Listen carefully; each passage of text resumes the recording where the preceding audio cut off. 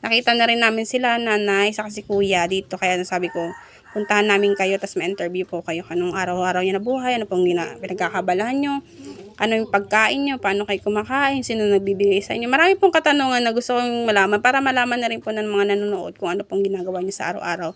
Sobrang hirap ng buhay dito sa province, lalo na magmamasukan ka dito, di ba? Pag kahit nagpalay ka lang, basahurang ka na magkano na 200. 200 pesos lang sa maghapon na yun, magpapalay ka.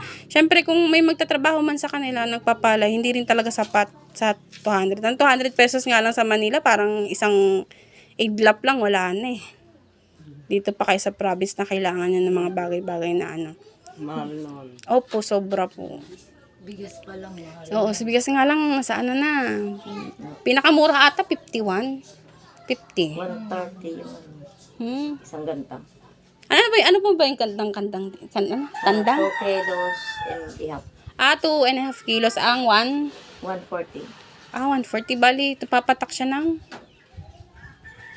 hindi ko, parang 50. Ay, hindi. 49, ganon. 48. Ganon din sa Manila.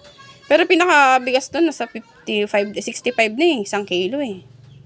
Ganon yung ano sa Manila. Medyo mahal-hal. Kahit dito, kahit wala kang pagkain, may mga saging dyan. Kaso lang, hindi lang talaga sapat yung saging po, saging na lang kainin.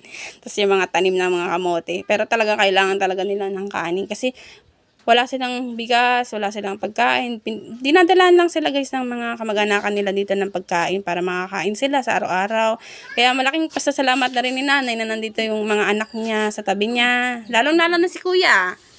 Siya po talaga nag-aalaga sa kanya, nanay. Si kuya na talaga yung nag-aalaga simula ng ilang taon na ko inalagaan ni kuya? Ilang taon na po kayo nakaka-wheelchair? Wala lang na po nakaka-wheelchair.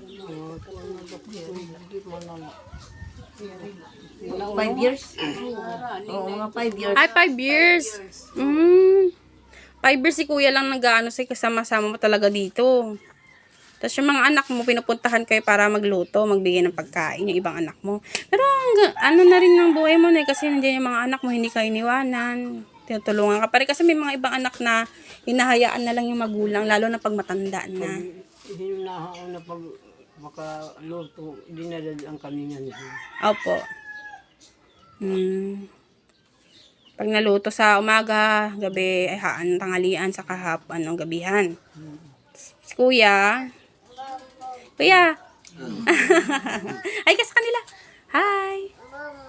Hello kan. Kaway ka sa kanila sa video. Kaway ka. Kaway. Ano ba yung kaway? Yan. Yan, ayan si kuya. Hindi siya talaga nakakita.